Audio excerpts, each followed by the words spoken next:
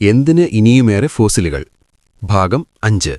രുചി എന്താണെന്നറിയാത്തവ, ഓരോന്നിന്റെയും വ്യത്യസ്ത രുചി തിരിച്ചറിഞ്ഞ് ആസ്വദിച്ച് ഭക്ഷിക്കുന്നവ, എല്ലാം ഭക്ഷിച്ച് വിസർജ്യമാക്കുന്നവ, വിസർജ്യം ഭക്ഷണമാക്കുന്നവ, അങ്ങനെ തുടങ്ങി പലതും ജീവികൾക്കിടയിലുണ്ട്.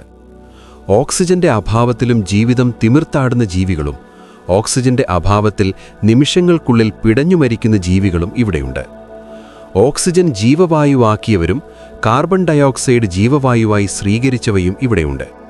സ്പർശനജ്ഞാനമില്ലാത്തവ മുതൽ ഓരോന്നിൻ്റെയും ചൂടും തണുപ്പും ചടുലതയും വ്യത്യസ്ത തീവ്രതയോടുകൂടി വേർതിരിച്ചറിയാനാകുന്ന ജീവികളും, യാതൊന്നും തിരിച്ചറിയാനാകാത്ത ജീവികളും, കുറേയേറെ അറിയുകയും ചിന്തിക്കുകയും പ്രവർത്തിക്കുകയും ചെയ്യുന്ന ജീവികളും നമുക്ക് സുപരിചിതമാണ്.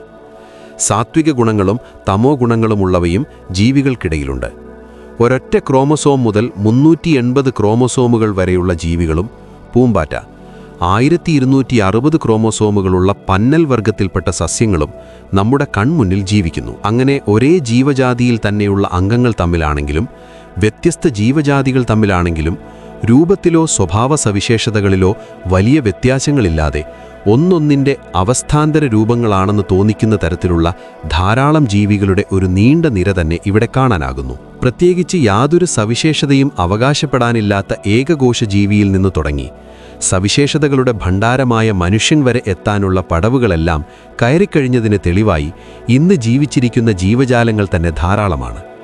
പരിണാമസിദ്ധാന്തത്തിന്റെ തെളിവിനായി ഇവയ്ക്കിടയിലേക്ക് ഫോസിലുകളിൽ നിന്നും ഇനിയും പരിണാമ കണ്ണികളെ തിരഞ്ഞു പിടിച്ചുകൊണ്ടുവരേണ്ടതിൻ്റെ ആവശ്യകത എന്താണ് എന്ന് ചിന്തിച്ചു നോക്കിയിട്ടുണ്ടോ? ഫോസിലുകളെക്കൊണ്ട് ഏത് വിടവുകളാണ് ഇവിടെ ഇനിയും നികത്താനുള്ളത്? ഏത് വിടവുകളാണ് ഇതുവരെ നികത്തപ്പെട്ടിട്ടുള്ളത്? എന്നാൽ കേവലം ഇടക്കണ്ണി ജീവികൾ എന്ന് കരുതപ്പെടാവുന്ന തരത്തിലുള്ള വിവിധ നിലവാരത്തിലുള്ള സവിശേഷതകളോടുകൂടിയ മേൽപ്പറഞ്ഞ ജീവജാതികളെല്ലാം തന്നെ അവ പ്രത്യക്ഷപ്പെട്ട കാലം മുതൽ ഇന്നോളം ഒരു പരിണാമത്തിനും വിധേയമാകാതെ തനതായ രൂപത്തിലും സ്വഭാവത്തിലും ഇവിടെ നിലനിൽക്കുന്നു എന്ന വസ്തുതാപരമായ തിരിച്ചറിവ് പരിണാമവാദികളെ അലട്ടുന്ന വലിയ പ്രശ്നമാണ്. അതായത്, ജീവജാതികളായി തീർന്നാൽ പിന്നീടവയ്ക്ക് പരിണാമമില്ലെന്ന് അവർ കാണുന്നു. ഒരു ജീവജാതി മറ്റൊരു ജീവജാതിയായി തീരുന്നതുവരെ പരിണമിക്കുന്നുണ്ടെന്ന് അവർ വിശ്വസിക്കുകയും ചെയ്യുന്നു. എന്നാൽ ഇന്ന് വരെ ഏതെങ്കിലും ഒരു ജീവജാതിയിൽ നിന്ന് പുതിയൊരു ജീവജാതി ഉത്ഭവിക്കുന്നത് കാണാൻ ഒരാൾക്കും സാധിച്ചിട്ടുമില്ല.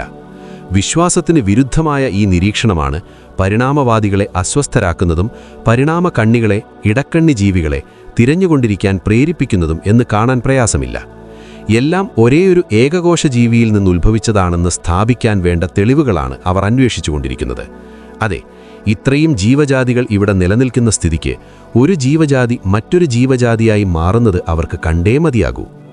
ജീവികൾക്ക് പുതിയ ജീവജാതികളായി വേഷം മാറാൻ സൗകര്യമുള്ള ചില രഹസ്യകേന്ദ്രങ്ങൾ എവിടെയെങ്കിലുമൊക്കെ ഉണ്ടോ എന്നൊരു അന്വേഷണവും കൂടി പരിണാമവാദികൾ നടത്തിയിട്ടിരുന്നില്ല. എന്നാൽ അങ്ങനെയൊരു രഹസ്യകേന്ദ്രമോ ജീവികൾ വേഷം മാറുന്നതോ കാണാൻ ആധുനിക യുഗത്തിലെ മുഴുവൻ സംവിധാനങ്ങൾ ഉപയോഗിച്ച് പരിശോധന നടത്തിയിട്ടും അവർക്കായിട്ടില്ല. ഈയൊരവസ്ഥയിൽ ഒരു ജീവജാതി മറ്റൊരു ജീവജാതിയിൽ നിന്ന് ഉത്ഭവിച്ചതിനുള്ള തെളിവുകൾ ഭൂതകാലത്തിലെങ്കിലും കണ്ടെത്താതെ പരിണാമസിദ്ധാന്തം ശരിയാണെന്ന് എങ്ങനെ സ്ഥാപിക്കാനാകും? അതുകൊണ്ടാണ് അവർ ജീവജാതികൾക്കിടയിലെ ഇടക്കണ്ണികൾക്കായി ഫോസിലുകൾക്കിടയിൽ തിരഞ്ഞുകൊണ്ടിരിക്കുന്നത്.